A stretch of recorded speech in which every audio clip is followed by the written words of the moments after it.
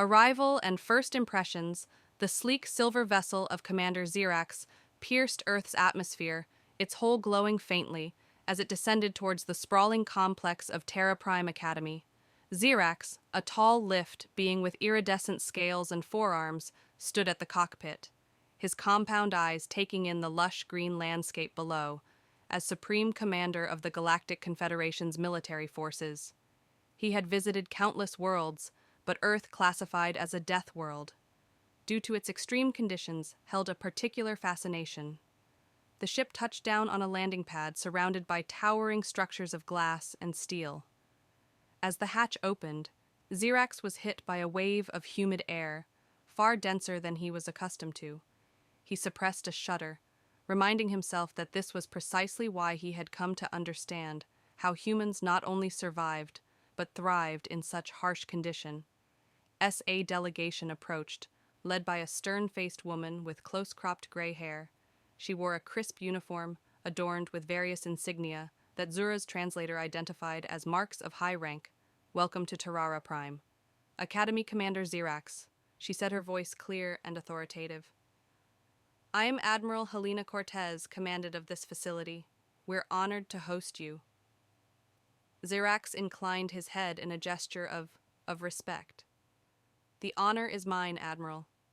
I look forward to learning about your training methods." As they walked towards the main building, Xerax noticed groups of cadet engaged in various activities.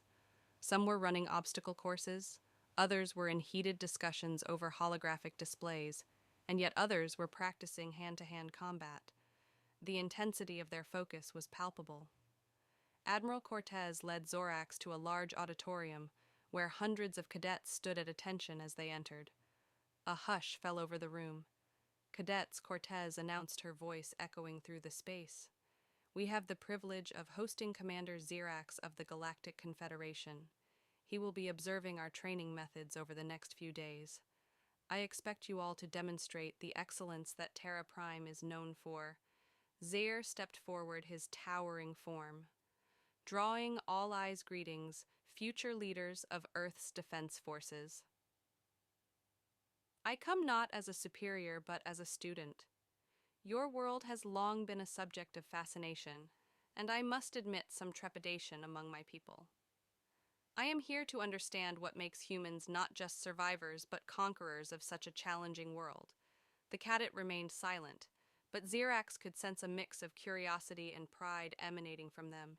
He realized that these young humans saw their harsh world not as a disadvantage, but as a forge that had tempered their species into something formidable. As the day progressed, Xerax was given a tour of the Academy's facilities. He marveled at the advanced simulation, chambers capable of recreating any environment or scenario.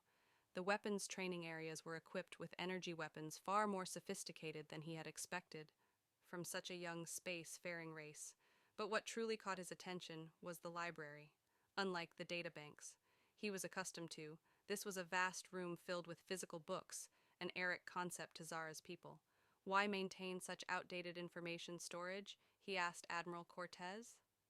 She smiled, running her hand along a shelf of leather-bound tongs. "These aren't just for storing information, Commander.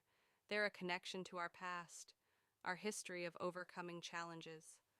Plus," she added with a wink, "they can't be hacked or remotely deleted." As evening fell, Xerax retired to his quarters, his mind buzzing with observations. The Hum's adaptability was evident in every aspect of their training. They seemed to thrive on challenges, actively seeking out difficulties rather than avoiding them.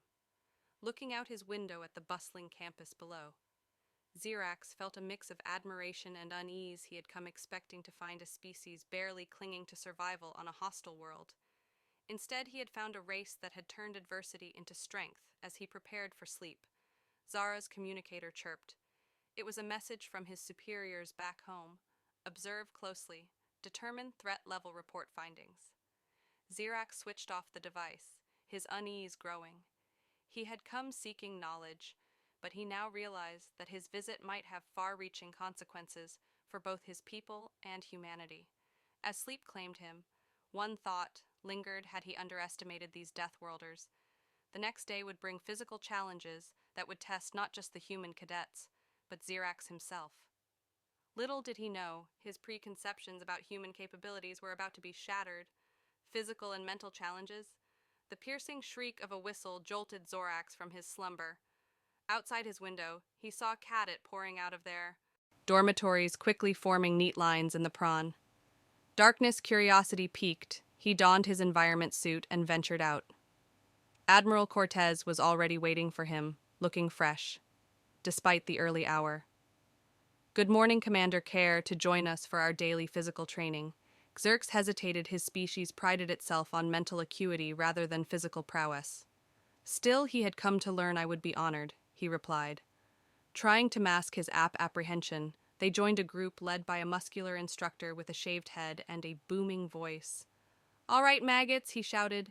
Today we have a special guest. Let's show Commander Xerax what Earthborn warriors are made of. What followed was 2 hours of grueling exercises that pushed Xerax to his physical limits. They started with a 10-kilometer run through rough terrain.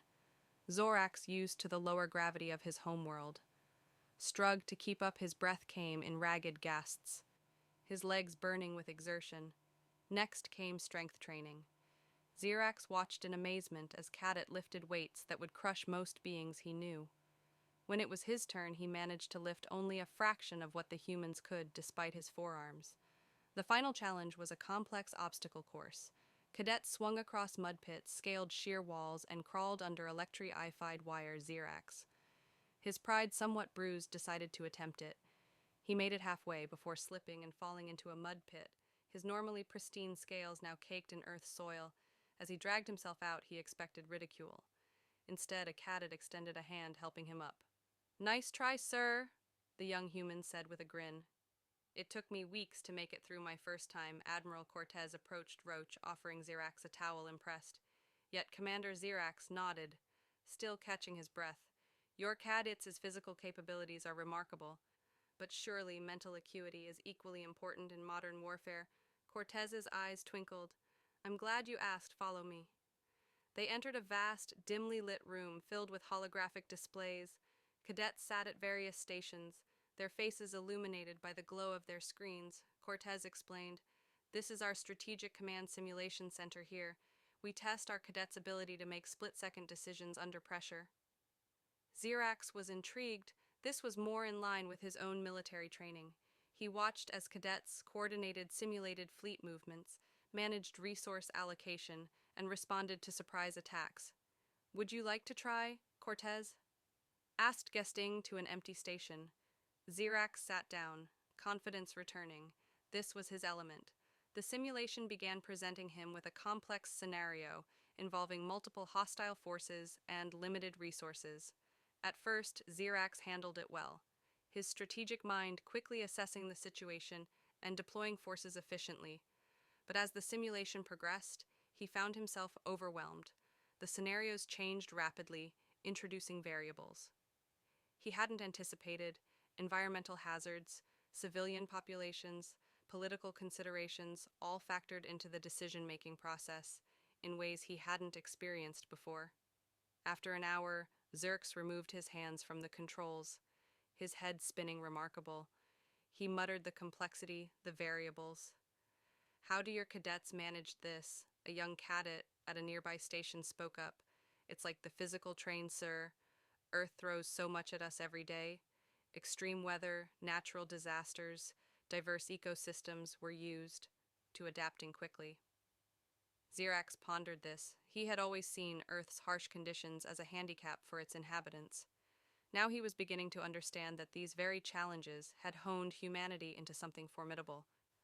The day continued with more demonstrations of human ingenuity. Xerax observed classes on cob biology, where Cadet learned to adapt to various alien physiologies. He sat in on lectures about improvised engineering, watching in awe as students constructed complex devices from seemingly random parts. As evening approached, Xerax found himself in a quiet corner of the Academy's arboreum. The lush vegetation reminded him of the carefully cultivated gardens on his homeworld. Yet here plants grew with wild abandon, adapting to every nook and cranny. Admiral Cortez joined him, offering a steaming cup of liquid earth coffee, she explained. Thought you might need it after today? Xerax accepted the drink, his hand still trembling slightly from the day's exertions. Admiral, he began choosing his words carefully. I must confess, I came here expecting to find a species struggling against their environment. Instead, I found one that has turned adversity into strength. Cortez nodded, her expression serious. Earth isn't kind, Commander. We faced extinction-level events, Ice Age's plagues. But each time we've adapted, grown stronger. We don't just survive here. We thrive as